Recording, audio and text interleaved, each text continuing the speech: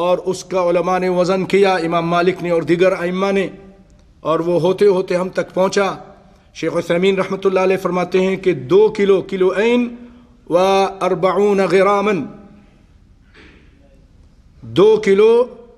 اور 40 گرام، 2 کلو 40 گرام یہ وزن بنتا ہے۔ اب آپ کی مرضی ہے،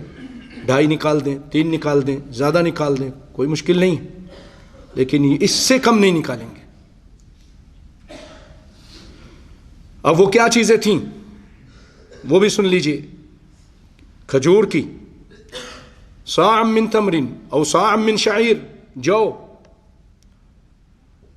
علی العبد، غلام ہے تو اس پر بھی، وہ بھی نکالے گا، غلام ہے، علی العبد والحر، آزاد پر بھی، والذکر والانثى، مرد ہو عورت ہو، والصغیر، چھوٹا ہو، چھوٹا بچہ ہو آج پیدا ہوا اس پر بھی، والکبیر، بڑے پر بھی، من المسلمین، مسلمانوں کے سب کی طرف سے نکلے گا۔ بخاری اور مسلم کی روایت متفق علیہ۔ جو حمل ہے، حمل معلوم ہے آپ کو، ولا تجب على الحمل الذي في البطن الا ان يتطوع،